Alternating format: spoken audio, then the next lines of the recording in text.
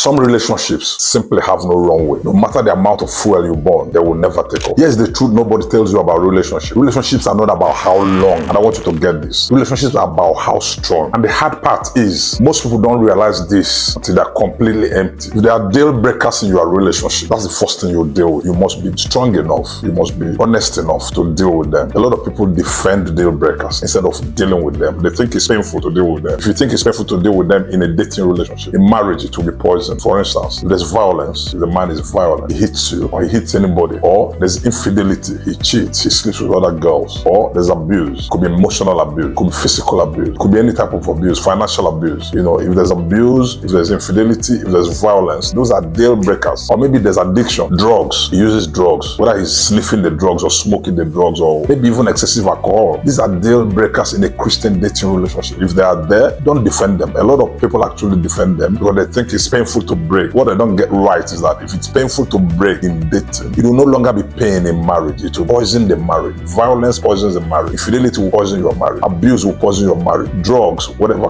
drugs, will poison your marriage. And that means your marriage cannot stand. It cannot go. So the first rule is, if there are deal breakers in a dating relationship, don't defend it. Deal with them and deal with them decisively. The second point, the second reason why a relationship must end is if direction is dim. Every relationship that is working should have a direction that is defined. In a lot of relationships, the direction is dim, and I want you to get this. When direction is dim, it's more dangerous than when direction is dark. When direction is dim, it's always more dangerous. What is dark direction? No direction at all. When direction is dark, it means there's no direction. So you know it's over and you walk away. But when direction is dim, you are seeing some direction, but it's not clear enough. You are seeing some direction, but it's not clear. You don't know where it's leading to. You don't know how long it's going to take to get there. It's like you're using a torchlight that is not clear, that's not charged. You are not seeing well. Dim direction, you are seeing, but you're not seeing well. You need to end the relationship because you could be watching that dim direction for a year, for 2, for 3, for 4, for 5 years, and it's not becoming clearer. It's still dim, it's still undefined, and your time is going, and you are going from 22 to 25, and you're going from 25 to 27. You need to end a relationship. If direction is not very clear, direction should be very clear. We are going to marriage. This is when we are going to marry. This is date. This is plan. This is everything. If it's not that clear,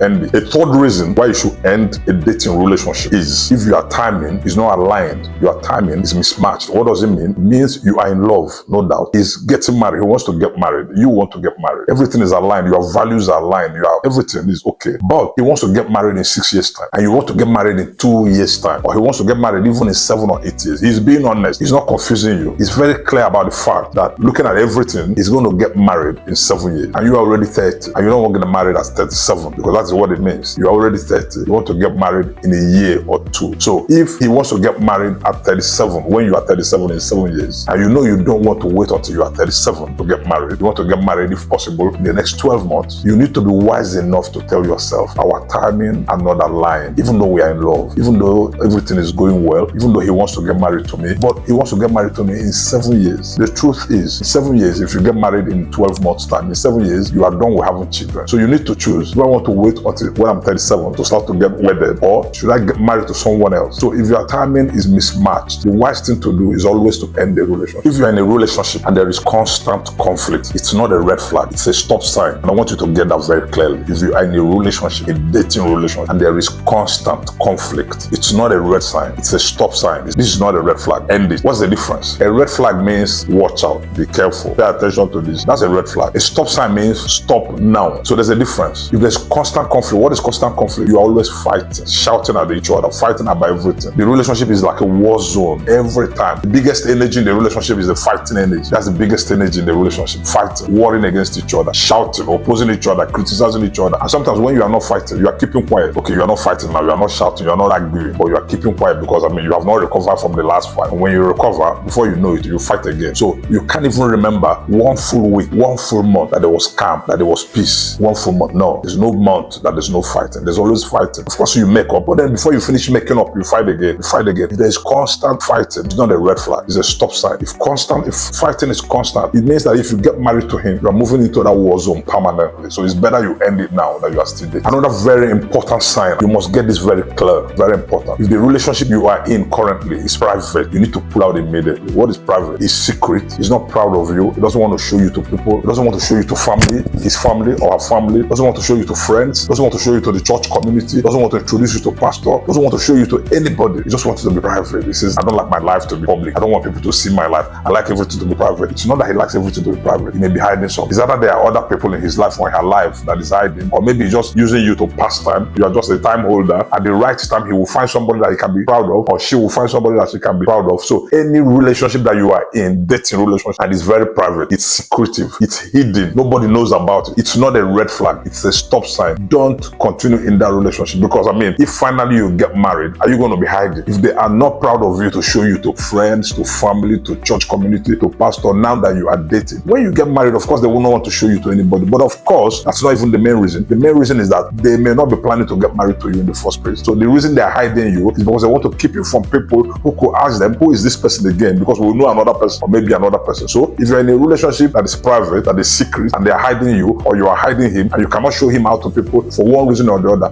please end the relationship. Another important sign that will tell you to end the relationship is disrespect. People always underestimate what disrespect means. Disrespect means we are not the same, we are not equal. You know, like a racist will disrespect somebody that he thinks is below him or below her. If there's disrespect in dating, there will be disrespect in marriage. You can't pray it out. You can't say, let me pray so that in marriage there will be no disrespect. Even if there's disrespect now, if he disrespects you, disrespect your job, disrespect your family, disrespect everything about you repeatedly, it's a pattern of disrespect. You say something and he waves it away as stupid talk. You say something and he waves it away as irrelevant. Even when you say what you think, he will laugh and say, I'm surprised you can't think like that. If there's disrespect in any form, you need to know that you should end the relationship unless there is a strong commitment to end the disrespect. Most times, people who disrespect people don't even know they are disrespecting people. They don't think there's disrespect. They don't think they are disrespecting you, but there's disrespect. And you need to understand, except you are prepared to live with the disrespect in marriage. If you have decided, okay, I'm willing to live with the disrespect in marriage, fine. So you go ahead with it. But if you don't want to live with disrespect in marriage, you need to end any relationship where there is a pattern of disrespect. And I'm not talking about once in a while. Once in a while, somebody could be careless, reckless, and say something they're not supposed to say. It could happen to anybody. But if there's a pattern that is repeated, that is established, pattern of disrespect, you need to end the relationship. The last deal breaker in a dating relationship is excessive and unreasonable demand. If you're in a relationship and there is excessive, there's unreasonable demand on your time, on your money, on sex, on family support, endless, excessive, reckless demand. In other words, your relationship becomes defined by demand. There are relationships today that are defined by demand. So the man or the woman becomes like an ATM machine, or like a bank where they get money, or you're like sex supply. You know, either it's sex that is excessively demanded, or money, or time, or visitation, or focus, whatever it is. You know, different things. But if it's unreasonable, if it's irrational, if it's excessive, of course, if you're a Christian, sex shouldn't be demanded. If you're a Christian and you're dating a Christian, sex shouldn't be on the table. So you need to understand that if there's excessive demand, it can drown any relationship. The same way, if you go into marriage and there's excessive demand, no matter how or where it's coming from, could be the man demanding from the woman, could be the woman demanding from the man. It could be either way. A man demanded that the woman should take a loan from the bank where she's working to support his business, even when it's risky to do that. So excessive demand is not always from a woman to a man. It could be from a man to a woman. No matter where it's coming from, if there's excessive demand in your dating relationship, your dating relationship is already drowning one day at a time and you don't know it. So you need to know that it's not a red flag, it's a stop sign. Excessive demand becomes a pattern. It's going to pull down your relationship. You must realize that ending a drowning relationship is not giving up, it's waking up, and we need to wake up. If I've missed any important point, please share it on the comment so that we can all benefit from it. If you're a returning viewer, don't forget to subscribe. If you're new to this channel, my name is Forward, JP Forward. See you in the next one.